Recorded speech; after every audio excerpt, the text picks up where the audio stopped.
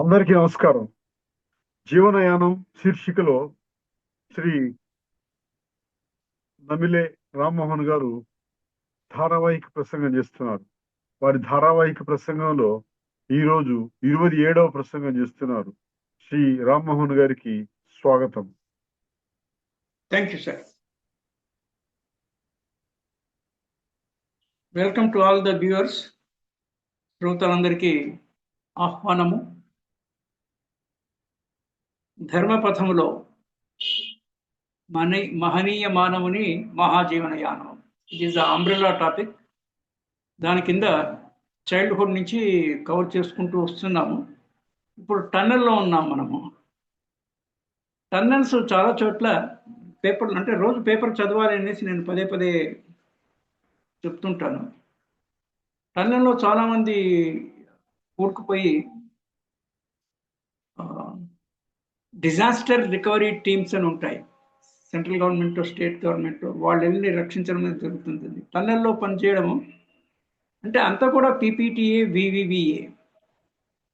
ప్రమాదాలైనా ప్రమోదాలైనా, ప్రమాదము డేంజరు, ప్రమోదము ఉత్సాహాన్ని, శక్తిని, సంతోషాన్ని ఇచ్చేది. పీపీటీ అంటే పీపుల్. రెండు రకాల పీపుల్ ఉంటారు, దుర్మార్గులు, సన్మార్గులు. ప్లేసెస్, కొన్ని చాలా ఇబ్బందికరమైన ప్లేసెస్, జాగ్రత్తగా ఉండాల్సినవి. ల్యాండ్ మైన్స్ పెడుతుంటారు కొంతమంది టార్గెట్ చేసుకునేసి. టార్గెట్ వాళ్ళు దొరక్కపోతే, వాళ్ళు రాకపోతే విధి అవశ్య ప్రాప్తము అనేసి మనకుంది. ఇదంతా లైఫ్ స్కిల్. అంటే హయ్యర్ లెవెల్లో ఆలోచిస్తే వీళ్ళు టార్గెట్ చేసిన మనిషి రాడు, వేరే అమాయకుడు పోయే అవకాశం ఉంటుంది. వాడు ఎందుకంటే విధి అవశ్య ప్రాప్తము, విధి ఆయనకి అలా ఉంది అనేసి. So certain places are good and bad places. Certain places we should not be there. ఊబులు ఉండే చోట, ల్యాండ్ మైన్స్ ఉండే చోట, ఈ టన్నెల్స్లో ఉండేటప్పుడు అంటే ఎంతెంత ప్రమాదకరమైన పరిస్థితుల్లో ఉంటే దానికి ముందే మనం దాన్ని కొంచెం ఊహించుకునేసి దానికి సరిపడ ప్రొటెక్షన్ తీసుకోవాలి. మనం కవర్, హెల్మెట్ పెట్టుకోవడము, లైఫ్కి ఏదైనా ఉంటే ఇన్సూరెన్స్ తీసుకోవడము. మనీ రకంగా ఇన్సూరెన్స్ హెల్ప్ చేస్తుంది, కానీ money is not all in life. Money అవసరమే. ధనమూలం ఇదం జగత్. ఇప్పుడున్న పరిస్థితుల్లో మనకి వస్తు మార్పిడి విధానము చాలా కాలము, 50, 50, 60 years back and before that వస్తు మార్పిడి విధానం ఉండే, కరెన్సీ లేనప్పుడు. ఇప్పుడు కొన్ని ఏమైందంటే మనది చాలా ట్రెడిషనల్ దేశమైనా కూడా వెస్టర్న్ కంట్రీ నుంచి, అంటే బ్రిటిషర్స్ మన రూల్ చేయడం మూలాన మనకి వెస్టర్న్ మోడర్న్ కాన్సెప్ట్ అంతా వెస్ట్ నుంచి వచ్చింది. ఇంకోటి కూడా మనం ఏంటంటే ఇన్ ద లాస్ట్ 30-40 ఇయర్స్ భారతీయులు, విశేషించి మన తెలుగు వాళ్ళు కూడా విదేశాలకు వెళ్ళి అక్కడ ఒక 5 ఇయర్స్ 10 ఇయర్స్ ఉండి వెనక్కి వచ్చిన వాళ్ళు ఉన్నారు, అక్కడ కంటిన్యూ అవుతున్న వాళ్ళు కూడా ఉన్నారు. ఈ రెండిట్లో కూడా ఏం జరిగిందంటే వెనక్కి వచ్చినప్పుడు they have brought some culture also. With western culture ఇండియాలో మొత్తము ఇదైంది. అంటే మన ట్రెడిషనల్ థింగ్ పోలేదు, అది కూడా ఉంది, కానీ పైనుంచి ఇది మూత వేసేపడింది. Mummy, daddy culture, whatever విసే సిస్, బ్రో, ఇవన్నీ వాట్ ఎవర్. ఇంకోటి మెయిన్ ఏమైందంటే ఇప్పుడు అమెరికాలో ఎక్కువ ఉంటారు ఇండియన్స్, కానీ మోస్ట్ పర్టికులర్ తెలుగు వాళ్ళు కూడా. ఇండియన్ డయాస్పొరా అంటాము. అంటే ప్రపంచవ్యాప్తంగా అన్ని దేశాల్లో ఇండియన్స్, తెలుగు వాళ్ళు ఉన్నారు. ముందు ఒక 50 ఏళ్ల క్రితం ఇంత జనాభా ఉండేది కాదు ఇండియన్ది బయట. ఇప్పుడు ఉండడం చేత మన హిందూ దేవాలయాలు, రామకృష్ణ మఠస్ చాలా దేశాల్లో ఉంది, చిన్మయానంద మిషన్స్ ఇవి ఉండి 40-50 ఇయర్స్కి మనకి తిండి వెస్టర్న్ ఫుడ్ తినాల్సి వచ్చేది, అంటే బ్రెడ్లు అలాంటివి. ఇప్పుడు మన ఇండియన్ స్టోర్స్ ఉన్నాయి, అక్కడ మనం ఏదైనా కొనుక్కుని తినొచ్చు. మా అమ్మాయి అల్లుడు ఇద్దరు ఇక్కడ మెడికల్ డాక్టర్స్, మేము 5-6 సార్లు వెళ్ళి రావడం జరిగింది యూఎస్కి. So that is the thing. అయితే మనమంతా ఒక ఆలోచనలో వీఆర్ ఆల్ విలేజర్స్. ఏ విలేజర్సు అంటే ఇక్కడ విలేజెస్ అంటే మన భారతదేశంలో విలేజర్స్ అన్న పాయింట్ అనట్లా నేను. భారతదేశంలో విలేజెస్కి that also we will come, కానీ బిఫోర్ దాట్ మనము గ్లోబల్ విలేజ్ మనందరికీ తెలుసు. న్యూస్ పేపర్ చదువుతున్నా, చదవకపోయినా కూడా, అంటే కనెక్టివిటీ బాగా పెరిగి మొత్తము ప్రపంచమంతా ఒక ఊరి కింద శ్రింక్ అయి ఉంది. So we're all villagers of global villagers of a single global village. That is one way of understanding. అదే కాకుండా కొంచెం బ్రాడ్ మైండ్గా ఆలోచిస్తే మనమంతా ఆవులము, కౌస్. ఇంగ్లీష్లో కౌ ఉంటాం కదా, COW, కౌ. కౌ అంటే మనకి ఆవు. ఆవు పవిత్రమైన జంతువు ఇండియన్స్కి, హిందూస్కి, whatever, for any one that matter. ఇవన్నీ కొన్ని బిలీఫ్ సిస్టమ్స్, కాన్సెప్ట్ సిస్టమ్స్. కొన్ని విషయాలని చాలా హయ్యెస్ట్ లెవెల్లో అద్వైతము, ఇంకంటే రెండవది లేకపోతే అద్వైతము, అంతా ఒకటే అనేది అద్వైతము. కానీ అది ఏ లెవెల్లో అర్థం చేసుకోవాలి అనేది ఆ లెవెల్లో అర్థం చేసుకోగలగాలి, డిఫరెంట్గా అర్థం చేసుకోకూడదు. అద్వైతం ఉన్నప్పుడు ద్వైతం కూడా ఉంటుంది. అంటే ద్వైతం అంటే ఒకటి కాకుండా అఖండంగా ఉండేది ఖండాల కింద 2 పార్ట్స్ చేస్తే ద్వైతము. ఒక్కసారి ద్వైతమైన తర్వాత అక్కడ ఆగదు. అది ద్వైతం నుంచి 3 పార్ట్స్ చేయొచ్చు, మిలియన్ పార్ట్స్ చేయొచ్చు, బిలియన్ పార్ట్స్ చేయొచ్చు.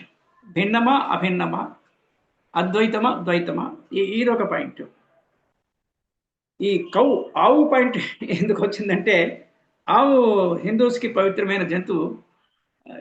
అన్య మతస్థులకి కాకపోవచ్చు, కాదు కూడా కొన్ని చోట్లలో. అప్పుడేమవుతుంది, మత ఘర్షణకి అవకాశం. అది మనం న్యూస్లో, మీడియాలో చూస్తుంటాము. ఆవులను తరలించకపోతే కొంతమంది గోరక్షకులు అదే పనిగా ఉంది. గోపాల్ మిత్ర అంటే ఈ పదం వచ్చినప్పుడు గోపాల్ మిత్ర అని ఉంది. గోపాల్ మిత్ర అని is a different question. Dairy farm అసిస్టెంట్లని, డైరీస్ ఉంటాయి కదా, గవర్నమెంట్వి, ప్రైవేట్ డైరీస్ని, దాంట్లో పనిచేసే వాడికి గోపాల్ మిత్ర అనే అదొకటి ఉంది. ఆ గోపాల్ మిత్ర వదిలేసి గో సంరక్షక్ అంటే గోవులని, అంటే వయసులో ఉన్న గోవులని, ముసలివి అయితే వేరు, వయసులో ఉన్న గోవులను కానీ, ఎద్దులను కానీ, క్యాట్లని ఇవి చేయకూడదు అనేసి వాళ్ళని కసాయి వాళ్ళు దాన్ని కట్ చేసి మాంసం అమ్మడం, అలాంటివి చేయకూడదు అనేసి. అసలు బేసిక్గా ఆ ప్రశ్నకు వస్తే మనకి కామన్ సెన్సు చాలా హయ్యర్ లెవెల్లో కామన్ సెన్సు, ఒక సొసైటల్ అంటే సమాజం పట్ల, అంటే మనం సమాజంలో ఉంటుంటాం కాబట్టి మన ఇల్లు మనం ఊడ్చుకుంటాం కదా డైలీ, అలాగే మన సొసైటీని కూడా రక్షించే బాధ్యత మన అందరిది సమిష్టిగా అనేటువంటి ఒక సోయి స్పృహ, ఆ ఇంకిత గీత ఉండాలి మనకి. సమాజం చెడిపోతే మనకు కూడా ఆ వేవ్స్ వస్తాయి, మనం కూడా చెడిపోతాం. మన ఫ్యామిలీ మెంబర్స్కి ఎఫెక్ట్ కావచ్చు, ఎవరికైనా కావచ్చు. కనుక మనల్ని మనము రక్షించుకోవాలి, సమాజాన్ని రక్షించుకునే ప్రయత్నం కూడా చేయాలి. Coming back to cow I'm using is a short form, citizens of the world. I'm a cow, I'm a citizen of the world. నేను మొత్తం ప్రపంచ సిటిజన్ని అనే భావన ఉండాలి. అదైన తర్వాత వీ హ్యావ్ ఎనీవే, మనకి మన కంట్రీలో మనం ఉంటాము, ఎవరి దేశంలో వాళ్ళు ఉంటారు. నేషన్, కంట్రీ ఏమో బౌండరీస్ నుంచి వస్తుంది. నేషన్ అంటే ఒక జాతికి చెందిన వాళ్ళు, అంటే హయ్యర్ లెవెల్లో వీసే నేషను. దాని కింద వీ హ్యావ్ రిలీజియన్స్. అంటే ఈ కంట్రీ అనేది, నేషన్ అనేది, వరల్డ్ అనేది, ఇవి చాలా ఇంపార్టెంట్. ఇవి కేటగిరీ 1 కింద వస్తాయి. కింద యూ హ్యావ్ యువర్ రీజియన్, మీ ప్రాంతము, మీ రిలీజన్, మీ కమ్యూనిటీ, మీ క్యాస్ట్, కులము. వీటికి అంత విశేషమైన ప్రాధాన్యత ఇవ్వక్కర్లేదు. అంటే దానికి బాహ్యాడంబరంగా ఇవ్వాల్సిన అక్కర్లేదు. మనము ఏ కమ్యూనిటీలో, ఏ క్యాస్ట్లో ఉన్నామో, ఏది తక్కువ కాదు, ఏది ఎక్కువ కాదు. మనం దేంట్లో ఉన్నా కూడా మనం దాన్ని గౌరవించి దాని ప్రకారంగా ఉండాలి. Reason and religion is okay, కానీ దానికి ఇట్ షుడ్ బి ఇండోర్స్. అంటే నా వ్యక్తిగత అభిప్రాయంలో మన 4 గోడ మధ్యలో మన ఇంట్లో మనం ఏ రిలీజియన్ ఏదన్నా పాటించవచ్చు, కానీ బయటికి వెళ్తే we're all one, we're all humans అన్న కాన్సెప్ట్లో ఎక్కువ ఉండాలి. రీజన్ కూడా కొంత పనిచేస్తుంది. అంటే ఒక్కొక్క ప్రాంతంలో ఒక భాష మాట్లాడతారు, లాంగ్వేజ్ కూడా ఒకటి. ఇది అంటే ఏదైనా ఒక ఎక్కువ మందికి, 1,00,000 మందికో, 1,00,00,000 మందికో ఒక కామనాలిటీ ఉన్నప్పుడు బాండ్ పెరుగుతుంది. మీది తినాలి నాది తినాలి ఒక సినిమా డైలాగ్ ఉంది. ఆ రకంగా అంత తెలుగు వాళ్ళంతా దేశం, మీరు తెలుగు మాట్లాడతాం కాబట్టి ఆ సౌజన్యము, సౌభ్రాతృత్వము అనేది భాషను బట్టి ఉంటుంది, ప్రాంతాన్ని బట్టి. మీది తెలంగాణ, మాది తెలంగాణ, మీది విజయవాడ, మాది విజయవాడ, అలా ప్రాంతాన్ని బట్టి, రిలీజియన్ బట్టి కూడా ఉంటుంది. అయితే దేని పరిధులు దానికి ఉంటాయి, లిమిటేషన్స్. అదే అర్థం చేసుకోవాలి, అది ఇంకిత గీత. పరిమితి దాటి, హద్దు దాటి దేన్ని కూడా ముందరికి తీసుకెళ్ళకూడదు, వేరే వాళ్ళకి భారం కలిగించకూడదు. ఆక్రమణ, దురాక్రమణ, ఆక్రమణనే తప్పు, దురాక్రమణ ఇంకా తప్పు. ఏ విషయంలో అయినా కానీ, రాజ్య విస్తీర్ణంలో కానీ, రాజ్య విస్తరణలో కానీ, మత విస్తరణలో కానీ, ఏదైనా కూడా. మరి వీటంతగా ఏం కావాలంటే ఏం లేదు. హ్యుమానిటీ ఫస్ట్, మిగిలినవి next. Humanity is first. Even దేశాలు కూడా ఏం లేదు. ఇందాక మనం సిటిజన్స్ ఆఫ్ ద వరల్డ్ అన్నాం కదా, అంటే అంత అత్యుత్తమ భావం ఉండాలి రావడానికి. It may take time. Civilization అంటే ఇదే. సివిలైజేషన్ పెరిగి we may reach that level. ఇప్పుడు మనకు పాస్పోర్ట్లు, వీసాలు ఉన్నాయి. అంటే ఏ దేశం నుంచి హోమ్ కంట్రీ వాళ్ళు పాస్పోర్ట్ ఇవ్వాలి, హోస్ట్ కంట్రీ వాళ్ళు వీసా ఇవ్వాలి. కొన్ని కంట్రీస్కి వీసా అవసరం లేకుండా ఉంది. అంటే ఆ దేశం యొక్క ఇంపార్టెన్స్ని బట్టి, అంటే ఈ దేశస్తులు అంటే వీళ్ళని నమ్మొచ్చు, వీళ్ళు పర్వాలేదు అనే వాటికి. మన ఇండియన్ పాస్పోర్ట్ కూడా it is valid without visa in certain several countries. A information మీరు గూగుల్లో చెక్ చేసుకోండి. అలా US passport is valid for various countries without visa. ఆటోమేటిక్గా వీసా ఆన్ విజిట్ అనే స్కీమ్ కూడా ఉంది. సో ఇక్కడ చెప్పొచ్చే విషయం ఏంటంటే, నాలెడ్జ్ ఈజ్ యూనివర్సల్. జ్ఞానము, శాస్త్రజ్ఞానము, శాస్త్రీయ జ్ఞానము అనేది యూనివర్సల్. ప్రపంచంలో ఏ మూలల ఎవరైనా కూడా ఏదైనా కనుక్కోవచ్చు, ఆవిష్కరించవచ్చు, అన్వేషించవచ్చు.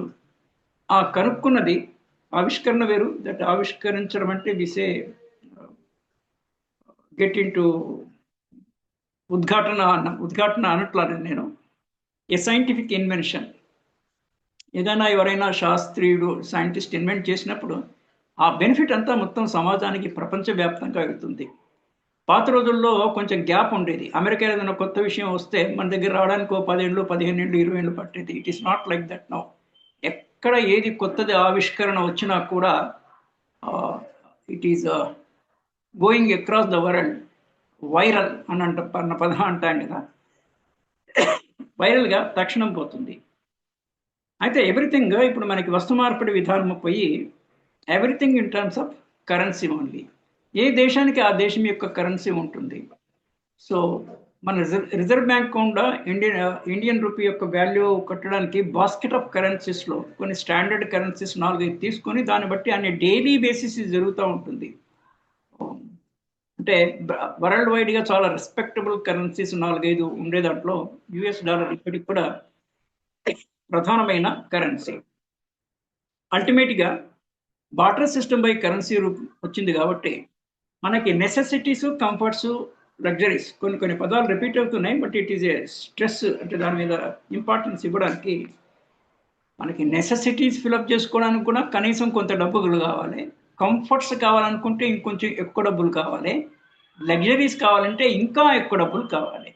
లగ్జరీస్ పక్కన పెడితే కంఫర్ట్స్ అవసరం. కంఫర్ట్స్ దేనికి అవసరం అంటే, మనం ఏదైనా పని చేసేటప్పుడు మనం పని చేయాలంటే, for example table and chair ఉండాలి. It's a comfort. కింద కూర్చొని కూడా పని చేయొచ్చు.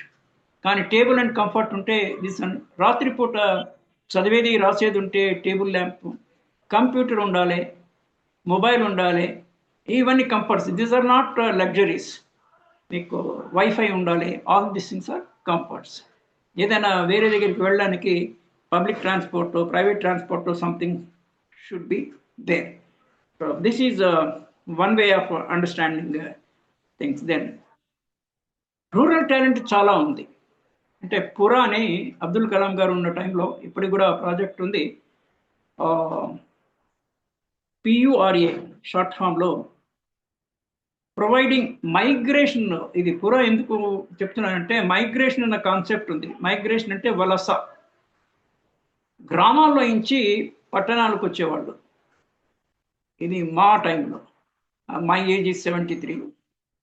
మా చిన్నప్పుడు అంటే కొంచెం అభ్యుదయ భావాలు, నవీన పోకడ ఉండేవాళ్ళు. పల్లెటూర్లలో జీవితంతో సౌకర్యవంతంగా ఉండదు అని భావించేవాళ్ళు, సిటీస్కి వచ్చేవాళ్ళు. అంతా 2-3 దశాబ్దాలు అయిన తర్వాత నగరాల్లో ఉండేవాళ్ళు బేసిక్గా గ్రామాల్లో నుంచి వచ్చిన వాళ్ళు కనుక కొంతమందికి ఒక కాలు వాళ్ళ నేటివ్ ప్లేస్ గ్రామంలో, ఒక కాలు భాగ్యనగరంలో ఆర్ నియరెస్ట్ సిటీ. అంటే ఇండియాలో ఏ సిటీస్ తీసుకున్నా కూడా అలా కూడా కొంతమందికి ఉంటుంది. అంటే as far as I'm concern, మేము మొత్తము గ్రామాలతో ఇప్పుడు టచ్ లేకపోయినా కూడా బంధువులు ఉంటుంటారు అక్కడ, ఏమన్నా మ్యారేజ్కి దానికి వెళ్తుంటారు. So migration from rural areas to urban areas one thing, హైదరాబాద్లో ఉండేవాళ్ళు గ్రామాల్లో ఉండేవాళ్ళతో కలిసి in search of green pastures అంటారు. అంటే ఇంకా మెరుగైన జీవితం కోసమని విదేశాలకు వెళ్తున్నారు. విదేశాలకు ఫస్ట్ విద్యకి వెళ్ళి తదుపరి విద్య ముగించుకున్న తర్వాత అక్కడే వాళ్ళు they are getting employed, they get more money, foreign currency ఇండియాకి పంపిస్తారు, దేశం యొక్క ఆర్థిక పరిస్థితి బాగుపడుతుంది, ఆ డబ్బులన్నీ వాళ్ళవే. అకౌంటింగ్ పర్పస్కి గవర్నమెంట్కి ఫారిన్ ఎక్స్చేంజ్ రిజర్వ్స్ అంటాము, ఫారిన్ ఎక్స్చేంజ్ రిజర్వ్స్ ఎక్కువ అవుతాయి, కానీ వ్యక్తిగతంగా వాళ్ళ డబ్బులే. This is one thing is happening. ఇంకోటి, నేను ఇంకా మ్యారేజ్ టచ్ చేయలేదు కాబట్టి లేదు, అది వచ్చినప్పుడు వీళ్ళు స్పీక్ ఇన్ డీటెయిల్. నేను 2-3 మ్యారేజ్ చూశాను. ఇప్పుడు ఏమంటే ఏ కమ్యూనిటీలో ఆ కమ్యూనిటీ వాళ్ళు మ్యారేజ్ చేసుకోవడం ఉత్తమం అని నా వ్యక్తిగత అభిప్రాయం. రీజన్ బీయింగ్ దట్ కట్టుబాట్లు 2 ఫ్యామిలీస్లో కూడా సిమిలర్గా ఉంటాయి. So adjustment will be very easy, that is one thing. ఇప్పుడు ఇంటర్ క్యాస్ట్ మ్యారేజ్ జరుగుతున్నాయి, వాటిల్లో సక్సెస్ రేట్ తక్కువ ఉంటుంది, మళ్ళీ తర్వాత కుదరక డైవర్స్, బ్రేకప్ ఇవన్నీ పదాలు వచ్చాయి. వివాహ బంధం అనేది కొన్ని వన్స్ ఇన్ లైఫ్, అది చాలా హయ్యర్ మోస్ట్ ఎథిక్స్. మీరు తెలుసో తెలియకో ముందే సరిగా అన్ని చూసుకోకో ఏ రకంగా ఒకసారి వివాహం అయినప్పుడు దానికి కట్టుబడి ఉండాలి. It's a promise. వివాహం అంటే ప్రామిసే కదా. పాణిగ్రహణము, షేక్ హ్యాండ్, అంటే చేతిలో చేసి చెప్పు బాబా ఒక పాట ఉంది, పాతది, దసరా బుల్లోడు సినిమాలో అనుకుంటాను నేను. I'm not in favour of cinemas, కానీ ఈజీగా అర్థమవుతుంది అనే విషయానికి చెప్తున్నాను. ఒకసారి ఒక వాగ్దానము, పాణిగ్రహణము వాట్ ఎవర్ అయిన తర్వాత నో లుకింగ్ బ్యాక్. మీరు మంచైనా చెడైనా కూడా దానికి అడ్జస్ట్ అవ్వాలి. కొంత సాక్రిఫైస్ ఓకే. లైఫ్ ఉన్నదే సాక్రిఫైస్కి, స్వార్థానికి కాదు. మనం వాడుకుంటాము పశువులు తిరిగే స్వార్థానికి, పశువులకు కూడా త్యాగం ఉంటుంది, అది వేరే సంగతి. పశువులను కూడా I'm not under estimating the even animals, non humans కూడా. హ్యూమన్కి యానిమల్స్కి డిఫరెన్స్ ఏంటంటే హై అండ్ యానిమల్ వచ్చేసి హ్యూమన్, అంతే తేడా, అంతకన్నా ఎక్కువ ఏం లేదు. కమింగ్ టు దిస్ పురా, ఈ వలసని ఆపడానికని అబ్దుల్ కలాం గారు ఇది పెట్టాడు. అంటే గ్రామీణ వాతావరణంలో నగరంలో ఉండే వసతులన్నీ వాళ్ళకి అక్కడ ఇచ్చేస్తే కొంతవరకు we can stop the migration అని. మనకి కోవిడ్ టైప్లో చాలా రివర్స్ మైగ్రేషన్ జరిగినాయి. అంటే కోవిడ్ ఒక 1 or 2 years whether the victims బెనిఫిషరీసో వేరే సంగతి. చాలా మరణాలు సంభవించినాయి, చాలా మందికి హాస్పిటల్ ఖర్చులు ఎక్కువైనాయి. ఖర్చులు పెట్టిన తర్వాత కూడా వాళ్ళు బతకలేదు. ఇన్సూరెన్స్ ఉన్న వాళ్ళు సరే, ఇన్సూరెన్స్ తెలుసో తెలియకో తీసుకొని వాళ్ళు, ఇన్సూరెన్స్ డబ్బులు సరిపోని వాళ్ళు, ఆర్థిక స్తోమత లేని వాళ్ళు, అలా చాలా సఫరింగ్ జరిగింది. కానీ it was 1 or 2 years, it was a time available to you. దాన్ని చాలామంది కూడా చాలా రకాలుగా చాలా సద్వినియోగం కూడా చేసుకున్నారు చాలా వరకు. So that is another thing. అప్పుడేం జరిగిందంటే రివర్స్ మైగ్రేషన్లో కొంతమంది మళ్ళీ ఊళ్ళకి వెళ్ళిపోయిన వాళ్ళు అక్కడే ఉండరు, మళ్ళీ పరిస్థితులు చక్కబడ్డ తర్వాత దే హ్యావ్ కమ్ బ్యాక్. అదే కాకుండా నేను ఇంకోటి గమనించాను, ఈ కోవిడ్కి సంబంధించినటువంటి దానికి ఈ మాస్కులు అవన్నీ పెట్టుకొని ఆ జాగ్రత్తలు ఇచ్చేస్తూ చాలా సివిల్ వర్క్స్ చాలా ముమ్మరంగా జరిగినాయి. అంటే ఎక్కడేం డిస్టర్బెన్స్ ఉండదు కదా, రోడ్ వర్క్స్ కానీ బ్రిడ్జ్ వర్క్స్ కానీ జరిగిన దాఖలాలు కూడా ఉన్నాయి. కోవిడ్ అయిపోయిన తర్వాత బయటకు వెళ్ళి చూస్తారే ఇదంతా ముందు లేదంతా ఇప్పుడు వచ్చింది అన్న పరిస్థితి కూడా జరిగింది. So migration, reverse migration. So వెనక్కి పోతే ఊరికి పోతే రివర్స్ మైగ్రేషన్. ఇప్పుడు దాదాపుగా ఎక్సెప్ట్ కొన్ని ఫెసిలిటీస్ తప్ప, అంటే చాలా పెద్ద సినిమా థియేటర్లు, వీసే మల్టీప్లెక్సెస్, సింగిల్ సినిమా హాల్స్ పైన ఇప్పుడంతా మల్టీప్లెక్స్ మోడల్, కానీ పెద్ద పెద్ద యూనివర్సిటీలు అలాంటివి కాక జిల్లా స్థాయిలో అన్ని సౌకర్యాలు వచ్చాయి. ఏ జిల్లా నుంచైనా మారుమూల గ్రామము ఒక 100 కిలోమీటర్లకు మించి ఉండదు, మహా అయితే 70-80 అంత. మన తెలంగాణ స్టేట్లో ప్రీవియస్ గవర్నమెంట్ టైప్లో, అంటే government is a continuation work. Political party ఏది పవర్లోకి వచ్చినా కూడా అడ్మినిస్ట్రేటివ్ సిస్టమ్ ఉంటుంది కాబట్టి ప్రోగ్రెస్ అనేది దాని కూడా అది జరుగుతూ ఉంటుంది. కొద్దిపాటి వస్తే రావచ్చు. 2-3 కొత్త విషయాలు కూడా ఈ మధ్యలో వచ్చాయి. 4,500 crores ఆర్ సంథింగ్ అంత బడ్జెట్తోనే ఒకటేమో మున్సిపల్, దీన్ని they are extending up to ORR. మనకి ఓఆర్ఐ, ఓరి again short form. Inner ring road అని 1970s కూడా హైదరాబాద్ అర్బన్ డెవలప్మెంట్ అథారిటీ వాళ్ళు, అంటే నేను హైదరాబాద్కి చెందినవాడిని అవడం చేత హైదరాబాద్ గురించి ఎక్కువ అవగాహన ఉండి హైదరాబాద్ని కేంద్రంగా పెట్టుకొని చెప్తుంటుంటాను. మనకు ఆ ఉప్పల్ సైడ్ నుంచి ఎల్బీ నగర్ ఇట్లా చుట్టూ అంతా తిరిగి అప్పట్లో there was a inner ring road. ఆ తర్వాత రాజశేఖర్ రెడ్డి గారి టైంలో సుమారుగా కొంచెం అటు ఇటుగా ఈ ఓఆర్ఆర్ వచ్చింది, outer ring road. Outer ring road వచ్చిన తర్వాత చాలా సౌకర్యం బాగా అయింది. దెన్ మెట్రో వచ్చింది. తర్వాత మెట్రో రావడానికి కూడా జైపాల్ రెడ్డి గారు, Telangana minister, union minister, is a good orator also. అనర్గళంగా ఇంగ్లీష్ మాట్లాడతారు. డిక్షనరీలో ఆయన 25% ఆఫ్ ద వర్డ్స్ నోటుకు వస్తాయని పీపుల్ సే. ఇంకా హై అండ్ మనకు అర్థం కాని ఇంగ్లీష్ అంటే నేను ఆ పదం చెప్పడం మర్చిపోయాను. ఆయన పేరు థరూర్, శశి థరూర్. శశి థరూర్ మాట్లాడే ఇంగ్లీష్కి we have to keep a dictionary to find out the meaning of the word he utters. That is okay. So ORR అంటే ఎప్పటికప్పుడు కొంత ఆటోమేటిక్గానే ఇన్బిల్ట్గానే మనకి అవసరానికి సరిపడా ఇన్ఫ్రాస్ట్రక్చర్ ఇంప్రూవ్మెంట్ జరుగుతుంది. So it was earlier inner ring road, then outer ring road, and now it is regional ring road. ఆ వర్క్స్ కూడా జరుగుతున్నాయి. ఇప్పుడు ఈ ఎలక్ట్రిక్ కేబుల్స్ అన్నీ పైనుంచి పోతుండేవి చాలా రిస్కీ. పర్టికులర్లీ వర్షాకాలంలో వైర్ ఏదైనా నీళ్లలో కింద పడితే, water is a conductor of electricity. మనం దాని మీద కాలు పెడితే ఆ నీళ్లలో వైర్ మీద పెట్టక్కర్లా, ఇది షాక్ వస్తుంది. సో ఇప్పుడంతా భూగర్భ ఎలక్ట్రిక్ వైర్స్ పెట్టాలనే scheme government was thinking. Yesterday today I in paper. It's a very excellent thing. Previous government వాళ్ళు, అంటే డిఫరెంట్ పొలిటికల్ పార్టీస్ పవర్లోకి వచ్చినప్పుడు కూడా కొంత అడ్వాంటేజ్ ఏముందంటే కాంపిటేటివ్నెస్ ఉంటుంది. మార్కెట్లో చాలా కాంపిటీషన్ ఉంది, పొలిటికల్ పార్టీస్లో కాంపిటీషన్ అవసరం. ఏ పొలిటికల్ పార్టీ అయినా కూడా కొద్ది తేడాతోనే అల్టిమేట్గా వాళ్ళు క్లెయిమ్ చేసేది ఏంటంటే they are only for public service. అంటే వాళ్ళకి పవర్ కావాలి, రాజ్యాకాంక్ష. పాత రోజుల్లో రాజ్యాకాంక్ష, కొంతమందికి జ్ఞానకాంక్ష, జ్ఞానదాహార్తులు కొంతమంది, వాళ్ళు సైంటిస్టులు, ప్రొఫెసర్లు అట్లా ఆ లైన్లో ఉంటారు. కొంతమంది వ్యాపారవేత్తల మొత్తం ధనకాంక్ష, డబ్బులు సంపాదించిన దీంట్లో ఉంటారు. పాలిటిక్స్లో basically power hungry. Power, money they are exchangeable, interchangeable. Market, state, SMS కూడా నేను గతంలో ఉట్టంకించింటిని. Society, state and market. Market, state. State అంటే government, market influence the government and government also support the market. ఇద్దరు కూడా తోడు దొంగలు maybe a negative word, but వాళ్ళు హ్యాండ్ ఇన్ గ్లోలో ఉంటారు. సొసైటీ పాప అనామకులు, ప్రజలు కదా, వీళ్ళు చేసేది ఏముండదు. They are victims of both market as well as the state.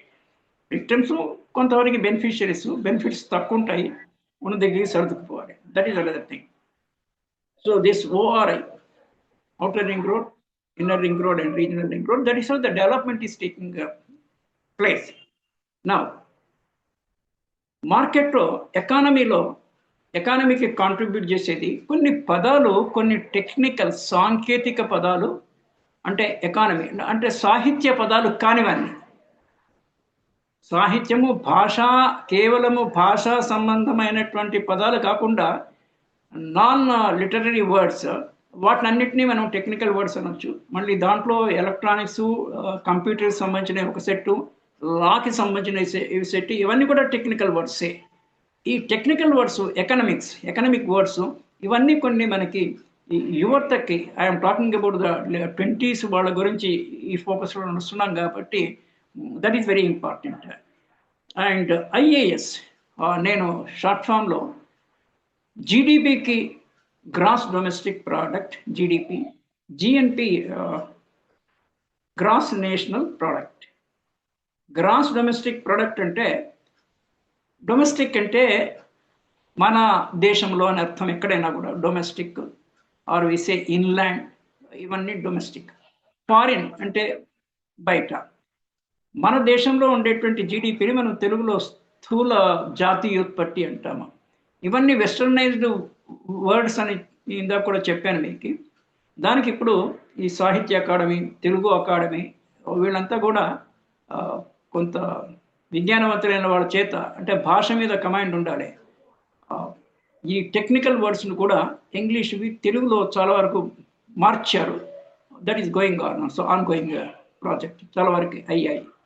ఇక్కడ నేను అంటే సందర్భాన్ని బట్టి మనకి సీఫిల్ అన్న ఒకటి ఉంది, ఇప్పుడు ఐఫ్లూ అంటున్న పేరు మార్చారు. Institute of English and foreign language, the university, మన ఉస్మాన్ యూనివర్సిటీ బ్యాక్ సైడ్లో. It's an independent university. నేను I did a higher diploma there, translation studies from English to Telugu, Telugu to English. Diploma చేశాను, higher diploma in the evening. నేను అక్కడ సికింద్రాబాద్లో పనిచేస్తున్నప్పుడు ఆ course ఒకటి చేశాను అక్కడ, వస్తూ ఈవినింగ్. అలాగే అక్కడ సెంటర్ ఫర్ డివోషనల్ స్టడీస్ అని ఉంటుంది ఉస్మాన్ యూనివర్సిటీ బ్యాక్ సైడ్. అక్కడ దాంట్లో ఈ ఇంటర్ రిలీజియస్, డిఫరెంట్ రిలీజియస్ వాళ్ళతో అది కూడా 3 months కోర్స్ చేశాను. Then I did 3 years my MBA. అది కూడా నిన్న మొన్న చెప్పాను మీకు, అక్కడ ఇన్స్టిట్యూట్ ఆఫ్ పబ్లిక్ ఎంటర్ప్రైజ్లో. లైఫ్ లాంగ్ లెర్నింగ్ ఉండాలి. దాంతో మనకి కొంత తృప్తి, కొంత కాన్ఫిడెన్స్ పెరుగుతుంది. ఎవరు ఏది మాట్లాడినా కూడా మనం దాన్ని అందుకోగలము. లేకపోతే కొంచెం మనకి తెలియకుండానే కొంత ఇన్ఫీరియారిటీ ఫీల్ అవుతాం. ఒక 4 ఏదో వాళ్ళు ఏదో కొంచెం ఎక్కువ మాట్లాడి మనకి రాదంటే మనం అక్కడి నుంచి తప్పించుకుంటాము, తప్పుని వెళ్తాము. లేదా వాళ్ళు మనల్ని దే ఇగ్నోరస్, మనల్ని దృష్టిలోకి తీసుకోరు, మనం ఉన్న సంగతే గమనించరు. అలా మనం కొంచెం దానికి ఇన్ఫీరియారిటీకి కానీ కొంచెం అసౌకర్యానికి గురి వస్తాము. మనకు కనుక sufficient general knowledge, common sense, technical knowledge ఉంటే ఎవరికేమి తక్కువ కాదు. అందరికీ అనే నాలెడ్జ్లో ఉన్న సంభవం కాదు, కానీ కనీసం pass mark entry level knowledge అంటే నేను ఈఎల్కి మినిమం నాలెడ్జ్ అనేది అందరికీ అన్ని ఉండాలి. అవన్నీ మీరు అంటే చిన్నప్పటి నుంచి వస్తున్న దాంట్లో నుంచే ఈ 20 to 30, 29 ఏజ్లో you to strengthen it further. So GDP, gross domestic product. ఆ తర్వాత జిఎన్పి అంటాం, గ్రాస్ నేషనల్ ప్రోడక్ట్. అంటే మన దేశంలోనే కాక మన భారతీయులు విదేశాల్లో సంపాదించిన ఆస్తులు కానీ వాటెవర్ అంతా కలిపితే అది ఇండియాకి సంబంధించింది. అంటే వ్యక్తిగతంగా మనమే ఓనర్, ఇండివిజువలే ఓనరు, దానికి బెనిఫిషియరీ అయినప్పటికీ కూడా ఇట్ ఈజ్ ఇండియన్ ప్రాపర్టీ. ఒక రకమైన అకౌంటింగ్లో అది కూడా కలిపితే it is a general what is the gross national product. ఇక్కడ ఇండియాలోనే తయారయ్యేది గ్రాస్ డొమెస్టిక్ ప్రోడక్ట్. దీనికి కాంట్రిబ్యూట్ చేసేది 3 రంగాలు. ఒకటి వ్యవసాయము, ప్రాథమికంగా we cannot dispense with it. ఇంకా సైన్స్ ఎంత డెవలప్ అయ్యి మీరు ఒక ట్యాబ్లెట్ వేసుకుంటే రోజుకు మార్నింగో టాబ్లెట్, ఈవినింగో ట్యాబ్లెట్ వేసుకుంటే మీరేం అన్నం తినక్కర్లేదు అన్న పొజిషన్ ఎప్పుడు ఏమవుతుందో తెలీదు. Life uncertainty, future is also uncertain always. Past is a rock. అంటే పాస్ట్ జరిగిపోయింది, కన్సాలిడేట్ అయిపోయింది, దాన్ని మనం మార్చలేము. అందుకని నేను రాక్ అంటున్నా. రాక్ అది గుట్ట మాదిరి ఉంది. Present is a fluid. దీన్ని మీరేమైనా జరగని టైంలో, అంటే within seconds, within fraction of a second మీరు దాన్ని మలచవచ్చు. కానీ ఒకసారి అది మళ్ళీ వెనక్కి పాస్ట్లోకి పోతే ఇట్ గెట్స్ కండెన్స్డ్, కన్సాలిడేట్ అయిపోతుంది. You cannot change it. So this is the link with in the present and past with accumulated past knowledge. మనదొకటే కాదు, ఇతరులది కలిపి కలెక్టివ్గా 1000 సంవత్సరాల నుంచి వస్తున్నటువంటి విజ్ఞానము మనకి పుస్తక రూపంలో, తాళపత్ర గ్రంథ రూపంలో, ఇప్పుడు డిజిటల్గా ఉంది. అదంతా కలిపి పాస్ట్ ఎక్స్పీరియన్స్తోని మనము ప్రజెంట్లో పనిచేస్తాము, which a hope on the future. This is the link between the past, present and future. నా ఎకానమీకి వస్తే అగ్రికల్చర్, దెన్ ఇండస్ట్రీ. ఒక 400-500 సంవత్సరాల నుంచి ఎవరైతే కులవృత్తుల కింద ఊళ్ళల్లో చేసి ఇవన్నీ మెకనైజ్డ్ అయిపోయినాయి.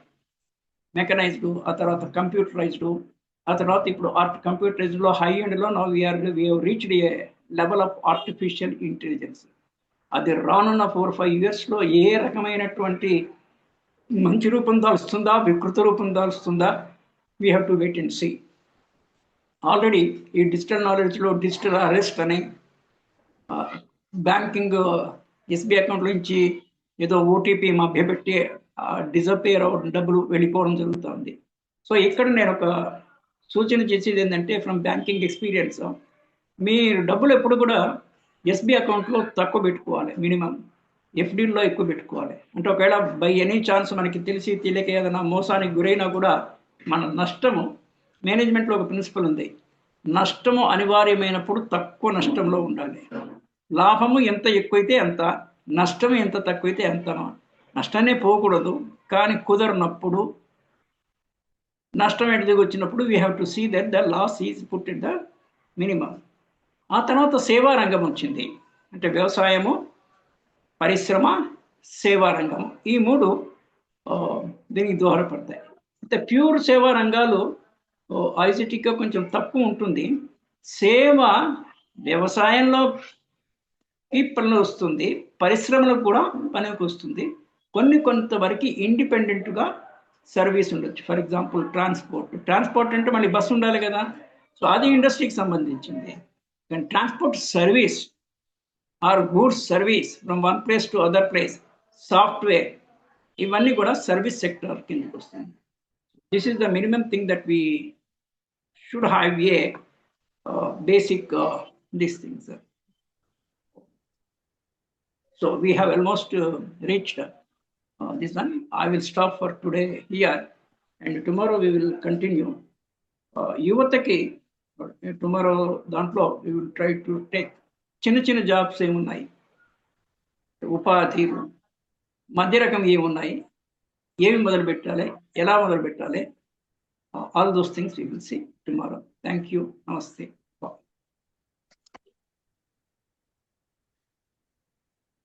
జీవనయానం శీర్షికలో